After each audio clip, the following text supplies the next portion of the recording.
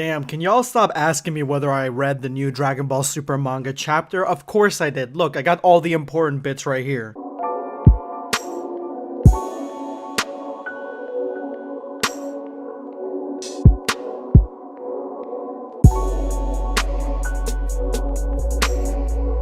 Today I'm going to go ahead and review the brand new chapter for Dragon Ball Super's manga, plus I'm going to be looking at the new trailer for Dragon Ball Super that just dropped today, and it gives us quite literally the three main points of this arc, giving us an insight not only into what Granolah is going to be doing and Goku, but also the challenges that Vegeta is going to be facing in this brand new arc. So sit down, relax, get some popcorn, because today we are going to be jumping headfirst into the Dragon Ball Super manga. But before I begin, I have a very important question for you guys. Should we Rule 34 her?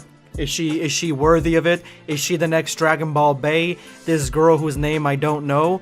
I think so. Do you guys think so? That is a genuine question. Let me know in the comments below. Is she Bae material?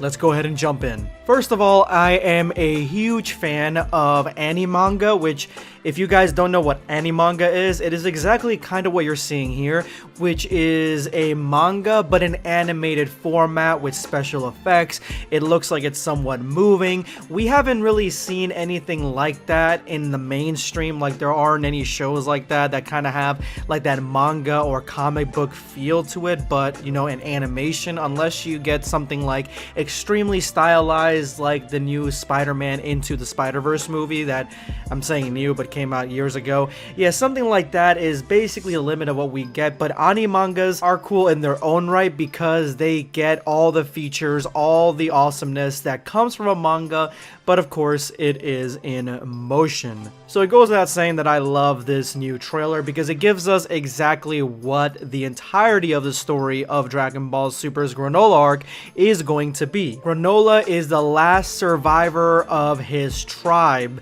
and he is a sniper, which is a far cooler sniper than the one that we got in the Tournament of Power, and his whole thing is revenge against Frieza. Now, not sure if he's gonna want revenge against Vegeta and Goku as well. The only way I can see that kind of stretching into that direction is if he sees Goku and he has his Kakarot moment, because when the Saiyans attacked his homeworld, maybe before they became Uzaro or after they went back to base, you see Bardock in the mix and he sees this guy. He sees this guy that looks just like Bardock, which is Goku, and then decides that, yeah, he's going to take him out. That is quite literally his entire goal. Then we get Goku. Goku is aiming for an ability or a power that is higher than the one ridiculous ability that he got in the last arc, which is what we thought mastered Ultra Instinct, but I guess it's not mastered because Whis has a stronger version, so does the Grand Priest. So they have stronger versions of this ability, and so Goku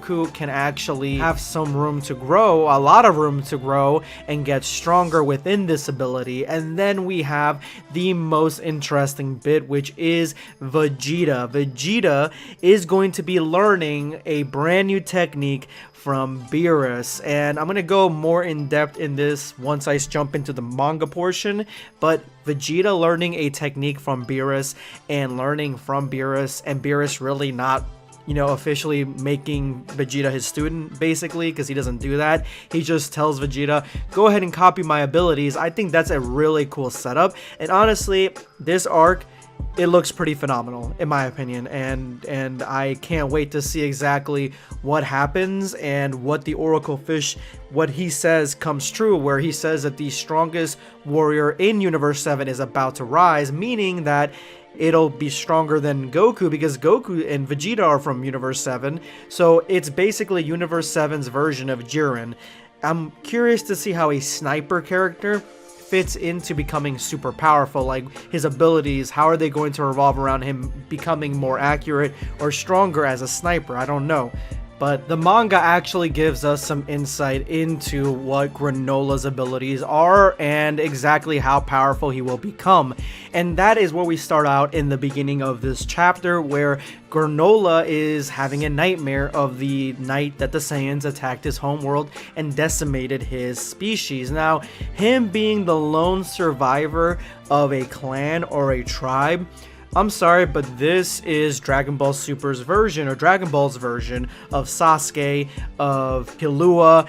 Yeah, he's that version. Not only is he the last survivor, but he has, as you're going to see here in a minute, optical powers. So this is a really cool transition where the computer in his goggle is telling him about the barbarous apes, and he's talking about the Saiyans, obviously, and that's when we cut to Goku looking extremely barbarous, as he quite literally gets frisky with the Oracle Fish, jerking him around in probably the most on-the-nose, subliminal, sexual moment that rivals some of the ones that we've seen in Disney. Actually, the subtext here is crazy because we already know that Goku loves tentacles, and now he's jerking around this Oracle Fish like there's no tomorrow.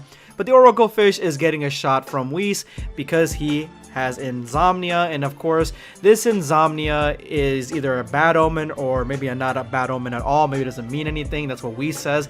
Honestly, this whole portion on Beerus's planet, the dialogue, the banter between the characters, it feels like they've known each other for such a long time. It is very natural. It feels just right, and honestly this is my favorite portion of the manga. Of course, we do get mastered, or at least a completed version of Ultra Instinct facing off against Whis. Originally, when I first saw the preview for this, I thought it was just going to be another fight, but Goku actually uses techniques that we really haven't seen too much. He uses, I don't think this is the technique that Tien uses. I think this might be something more akin to Dragon Ball Super, but he splits himself in a shadow clone style and attacks Whis in all directions, but Whis easily goes through all of them, realizing that the real Goku never landed before he actually, you know, launched the attack, which was a cool little nod to how strategic the fighting between Whis and Goku actually is. This sparring match actually has stratagems,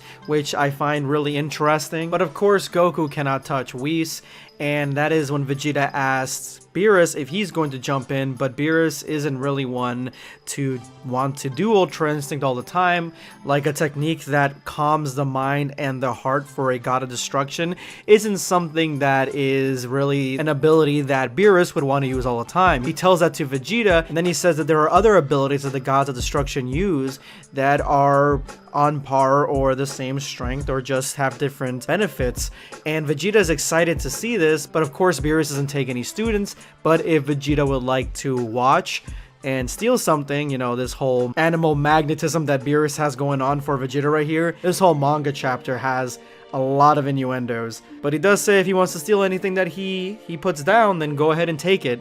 As I regret my last sentence, we move on to the Granolah bit, which I find really interesting, honestly, that we flesh out Universe 7 a lot more. We have the whole world being set up as a universe that is beyond armies and militaries. Everything is about information now, deals, contracts. The underbelly of Universe 7 is showing itself very, very thick, and that is something that the Z Fighters haven't really tried to stop. They aren't the Pride Troopers or the Universe 6 Saiyans, so they aren't really a police force for the universe. So crime in Universe 7, the Galactic Patrol really is the only one there to stop it. And that is what the Heater Gang wants. They just want intel, and if they need muscle, they'll pay for more muscle, and that is their whole goal. The leader drops a little bit of info to Granolah that Frieza has been revived. Granolah wants to jump back in and attack Frieza, but gets easily dominated by one of the henchmen,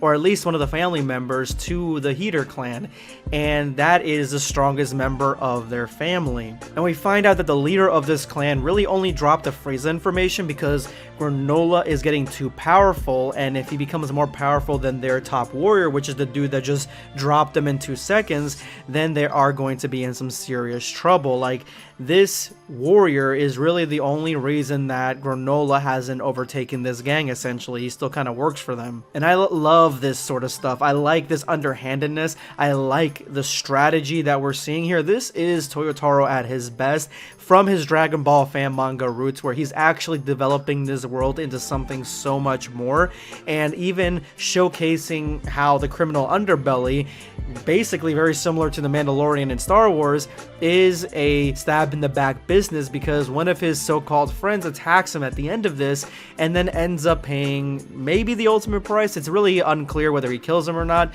but that's when we find out that Granolah has an ability that he uses sniper vision essentially and kills people that way. That is his whole thing, and he's extremely powerful at it. So at the end of this, we get the Oracle Fish saying that the strongest warrior for Universe 7 is about to be revealed, and that supposedly is Granolah, which I think is really cool. I don't know how it's going to be incorporated in his sniper style, but I cannot wait to see exactly where this goes. I'm actually really optimistic in the next chapter. I cannot wait to see it. Let me know in the comments below, guys, what you guys thought of Dragon Ball Super Manga Chapter 68, and let's go ahead and see who won #EndTheVideoSquad. Gaming terrain. It kind of seems like they're going back to the old Goku and Vegeta saves everyone trope.